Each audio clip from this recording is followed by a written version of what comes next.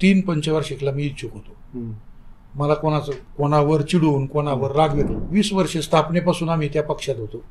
मला एवढंच वाटत होतं उमेदवारी नाकारली जरी तरी चालेल, लक्षात घ्या, परंतु विश्वासात घेणं ही प्रक्रिया पूर्ण झाली पाहिजे. कोणाला दोष देण्यापेक्षा आपण आपला मार्ग निवडावा, कुठल्या तरी दुसऱ्या दिशेने जाऊ, आपल्या मार्गाने जाऊ, अशा पद्धतीने निर्णय तो झाला. तुम्ही आता ज्या भाजपमध्ये आहात, पण तुम्ही 2019ला खरोखर राष्ट्रवादी काँग्रेस का सोडली होती? नाही, काय झालं, मी विधानसभेला इच्छुक होतो.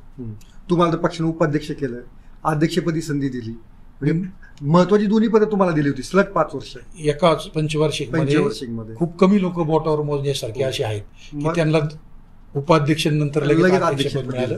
ते माझ्यासारख्या कार्यकर्त्याच्या सर्वसामान्य कुटुंबात अनेकांना असा प्रश्न पडतो, एवढी पदं देऊन तुम्ही राष्ट्रवादीत त्याग काय केला? 2-3 पंचवार्षिकला मी इच्छुक होतो. मला कोणावर चिडून कोणावर राग व्यक्त करून मी काही पक्ष सोडला नाही. माझं त्यावेळेला एवढीच अपेक्षा होती की ही जी प्रक्रिया आपण पण त्या पक्षाच्या वाढीसाठी आपण पण 25 वर्षाचा कार्यकाळ घालवला होता. त्यावेळेला पक्षाच्या स्थापनेला इतके दिवस झाले नव्हते, परंतु 2019मध्ये 1999 साली पक्ष स्थापन झाला आणि 2019ला जर ते असेल तर 20 वर्ष पूर्ण झाले होते. 20 वर्ष स्थापनेपासून आम्ही त्या पक्षात होतो. मला एवढंच वाटत होतं उमेदवारी नाकारली जरी तरी चालेल, लक्षात घ्या, परंतु विश्वासात घेणं ही प्रक्रिया पूर्ण झाली पाहिजे. ती प्रक्रिया फक्त मला थोडीशी त्यावेळेला कमी पडल्यासारखं वाटतं, म्हणून कोणाला दोष देण्यापेक्षा आपण आपला मार्ग निवडावा, कुठल्या तरी दुसऱ्या दिशेने जाऊ, आपल्या मार्गाने जाऊ, अशा पद्धतीने निर्णय तो झाला.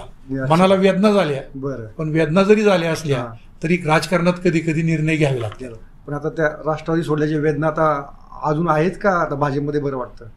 नाही, आता बरं वाटते असं म्हणता येणार नाही ना. आपण जिथं काम करतोय तिथं प्रामाणिक काम केलं पाहिजे, आणि राष्ट्रवादीची भाजपची काम करण्याची पद्धत पण थोडीशी वेगळी आहे. बरं, अच्छा. पण याच्यामध्ये आम्ही जेव्हा पाहतो की पुणे जिल्ह्यामध्ये स्वतः देवेंद्र फडणवीस लक्ष ठेवून असतात की अनेक घडामोडी त्यांचं लक्ष असतं, तर अजित पवार आणि देवेंद्र फडणवीस या दोघांच्या कार्यशैलीमधला तुम्हाला काय फरक जाणवतो? नाही, दोन्ही नेते महाराष्ट्राच्या दृष्टिकोनातनं प्रचंड कार्यक्षम असलेले नेते आहेत. बरं. उद्याच्या काळामध्ये मला तर असं वाटतं, कदाचित तुम्हाला सगळ्यांना थोडं वेगळं वाटेल, पण पहाटेचा शपथविधी जर यशस्वी झाला असता तर महाराष्ट्र एका वेगळ्या उंचीवर तुम्हाला गेलेला पाहायला मिळाला असता. दोघांची क्षमता प्रचंड आहे आणि दोघांची कार्यक्षमता सर्वसामान्य जनतेच्या हितासाठी, महाराष्ट्राच्या सर्वांगीण विकासासाठी काम करण्याची प्रचंड ताकद आणि क्षमता ह्या दोन्ही नेत्यांमध्ये आहे. बरं, ओके. अशा पद्धतीचं काम आहे. पण फरक काय जाणवतो तुम्हाला? फरक जाणवतो म्हणजे आता काही वेळेला काही गोष्टी नाही ना आपल्याला स्पष्ट बोलता येत, नाही बोलता येत, परंतु बोला काय बोललं पाहिजे. देवेंद्रजींची काम करण्याची जी पद्धत आहे, ही काम करण्याची जी पद्धत आहे ती पद्धत अतिशय शांतपणे, संयमाने, सगळ्यांना त्या ठिकाणी विश्वासात घेऊन सहकार्यांना काम करण्याची पद्धत त्यांची आहे.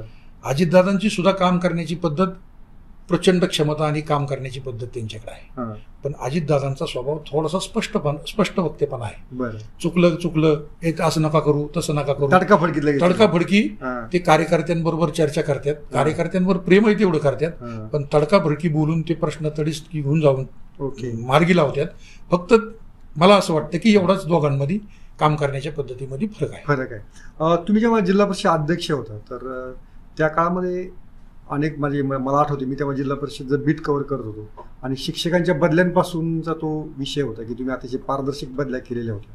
आणि तेव्हाचे जिल्हा परिषद अध्यक्ष, तुम्ही तेव्हा उपाध्यक्ष होते शिक्षण समितीचे, तेव्हा तुम्ही अध्यक्ष होता आणि जिल्हा परिषद उपाध्यक्ष होता.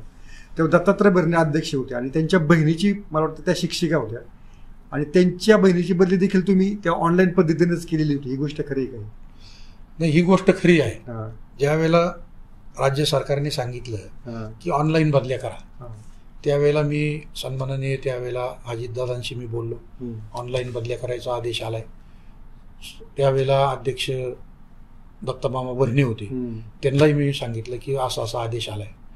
ऑनलाईन बदल्या करायच्या असेल तर आपण पारदर्शक केल्या पाहिजेत, कारण शिक्षकांच्या बदल्यांमध्ये अनेक वेळा मी असं पाहिलंय की जिल्हा परिषदेचे पदाधिकारी बदनाम झाले. बर.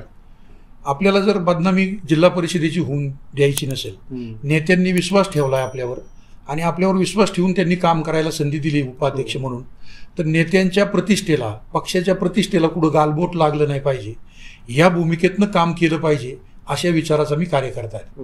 मग मी त्यावेळेला विचारलं की हे पारदर्शक करायचं असेल तर कुणाचंही ऐकलं जाणार नाही.